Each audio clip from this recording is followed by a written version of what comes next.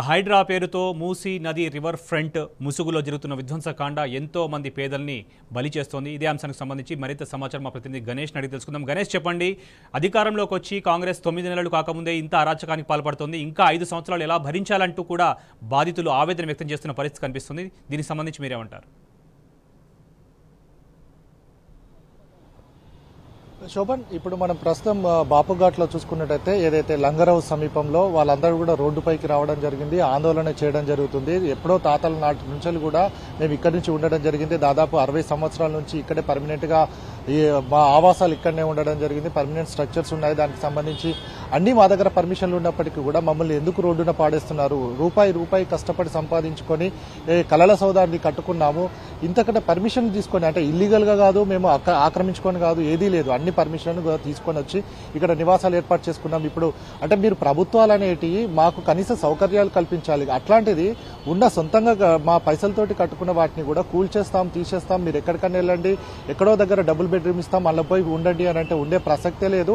మేము ప్రతి ఒక్కటి కూడా ఏదైతే ఆత్మాభిమానంతో బతికే వాళ్ళము, ఆత్మగౌరవంతో ఉండేవాళ్ళం కాబట్టి, కష్టార్జితంతో కట్టుకున్న ఇల్లు కాబట్టి పోయే ప్రసక్తే లేదు అని చెప్పడం జరుగుతుంది. ఇందులో భాగంగానే వారు అంటున్నారు, మీకు నిజంగానే చిత్తశుద్ధి ఉండి తీసేయాలి అని అనుకుంటే మాత్రం మాకు ఇక్కడ ఎంతైతే మార్కెట్ రేట్ ఉందో దానికి ప్రకారంగా కట్టాలి అని చెప్పేసి ఒక కొద్దిమంది చెప్పడం జరుగుతుంది.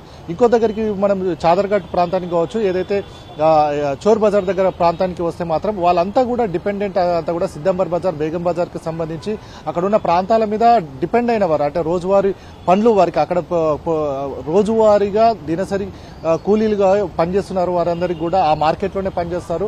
తమను ఇక్కడి నుంచి తీసుకెళ్లి ఎక్కడో ఏదైతే కొల్లూరు కావచ్చు, మిగతా ప్లేసెస్ లో పెద్దంబర్పేట కావచ్చు, వేరే దగ్గర ఇండ్లు ఇస్తానంటే మేము అక్కడికి వెళ్ళిన తర్వాత మా ఉపాధి ఏం కావాలి అని చెప్పేసి ఒక వర్గం వాళ్ళు చెప్పడం జరుగుతుంది. ఇదంతా కూడా ఒక్కొక్క ప్లేస్ లో ఒక్కొక్క రకంగా ఉండడం జరిగింది. ఇప్పుడు ఇంకొక సంబంధించి వాళ్ళు పట్టా భూములలో జిహెచ్ఎంసీకి సంబంధించి పర్మిషన్లు తీసుకున్నాము, లక్షల రూపాయలు పెట్టేసి ఇండ్లు కట్టుకున్నాము, పర్మనెంట్ స్ట్రక్చర్స్ తీసేస్తాము అని అంటున్నారు. దానికి సంబంధించిన లోన్లు కూడా ఉండడం జరిగింది. ఇప్పుడు సగం లోన్లు ఉండాలి, ఇప్పటికీ 30-40 లక్షలు ఇంకా లోన్ ఉంది. ఇప్పుడు రోడ్ ఇల్లే తీసేస్తానంటే మేము గతేం కావాలి? ఇప్పుడు రోడ్డు మీద ఇండ్లకి లోన్లు కట్టాలంటే మరి ఇప్పుడు సీఎం రేవంత్ రెడ్డి సర్కారు లోన్లు కట్టాలా, లేదంటే ఎవరు కట్టాలి? అసలు దానికి సంబంధించి అధికారుల నుంచి ఎలాంటి వివరణ వినిపిస్తోంది? శోభన్, అదే అడుగుతున్నారు వాళ్ళందరూ కూడా. బ్యాంకు లోన్లు ఎవరు కడతారు? మరి మీరు ఇల్లు తీసేస్తానంటున్నారు, మరి బ్యాంక్ అతను వచ్చిన తర్వాత జప్తు చేసుకోవడానికి ఇల్లే ఉండదు కదా, మరి ఏంది పరిస్థితి అనేది కూడా వాళ్ళు కూడా అడగడం జరుగుతుంది.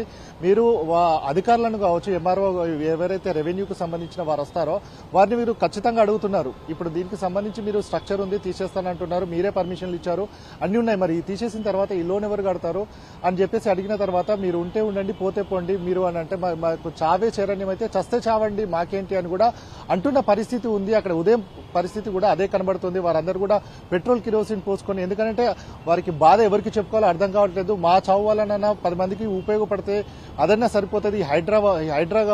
హైడ్రామా కావచ్చు, ఈ మూసీ సుందరీకరణ తమ వలన ఆగిపోతుందనే ఆవేశంలో కూడా అక్కడ ప్రజలు ఉండడం జరిగింది. కాబట్టి వారిని సంధాయించి దానికి సంబంధించిన సిచ్యువేషన్ ఏంది అనేది చెప్పడం లేదు. వాళ్ళందరూ కూడా వారిపైన వాళ్ళ ఇంటి దగ్గరికి వందలాది పోలీసులు వచ్చి వాళ్ళని భయభ్రాంతులకు గురి చేస్తున్నారు. వాళ్ళందరూ కూడా చిన్నపిల్లలు కావచ్చు, ప్రెగ్నెంట్ ఉమెన్ కూడా అక్కడ ఉండడం జరిగింది. వారందరినీ కూడా భయభ్రాంతులకు గురి చేస్తున్నారు. ఎందుకంటే ఎవరు కూడా పోలీసులు వచ్చారంటేనే భయభ్రాంతులకు గురయ్యే పరిస్థితి. కానీ వందలాది మంది పోలీసులు ర్యాపిడ్ యాక్షన్ ఫోర్స్ లాగా వచ్చి వాళ్ళ ఇంటి దగ్గర వారిపైనే జులుం చేస్తే మాత్రం వారందరూ కూడా ఇబ్బంది పడే పరిస్థితి ఉంది. దీనికి సంబంధించి కూడా ఇట్లాంటి పరిస్థితి తమకెదురైతే మరి ఆదిత్య కేడియా లాంటి వారు మంచిరేవుల వద్ద, నార్సింగి వద్ద మూసీ నదికి అడ్డంగా ఏదైతే బ్రిడ్జి నిర్మించి మరి విల్లాలు కావచ్చు, అదైతే హైరైజ్డ్ అపార్ట్మెంట్స్ కట్టడం జరుగుతుంది. వారికో న్యాయం, మాకో న్యాయం, వాటిని తీసేసిన తర్వాత మా దగ్గరికి రండి అంటున్నారు. ఇప్పటి వరకు చూసుకున్నట్టయితే మనము చాలా మటుకు వీకర్ సెక్షన్ కావచ్చు, మిడిల్ క్లాస్ ఎవరైతే రివర్స్ గా రారో వాళ్ళపైననే ఇదంతా కూడా చేయడం జరుగుతుంది. రివర్స్ అయ్యే పరిస్థితి ఎక్కడైతే ఉండడం జరుగుతుందో అక్కడికి మాత్రం పోవడం లేరు వీళ్ళందరూ కూడా.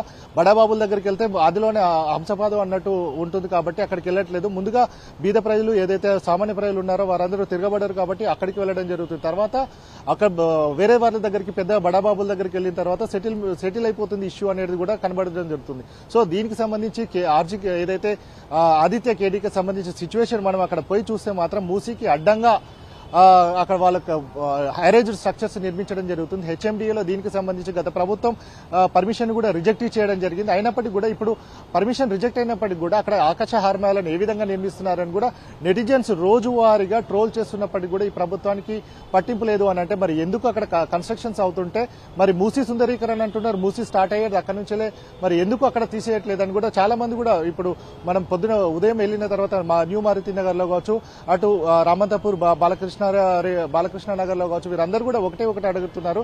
అందరికీ సమన్వయం పాటించండి, మీరు తీసేస్తా అన్నప్పుడు అందరికీ కూడా తీసేయండి, మీరు ఒక FTL కావచ్చు బఫర్ అని చెప్పడం జరిగిందో దాన్ని ఫిక్స్ చేయండి అని చెప్తున్నారు. అప్పుడే మాకు సంబంధించిన న్యాయం జరుగుతుందని కూడా చెప్పడం జరుగుతుంది. శోభన్. రైట్ గణేష్.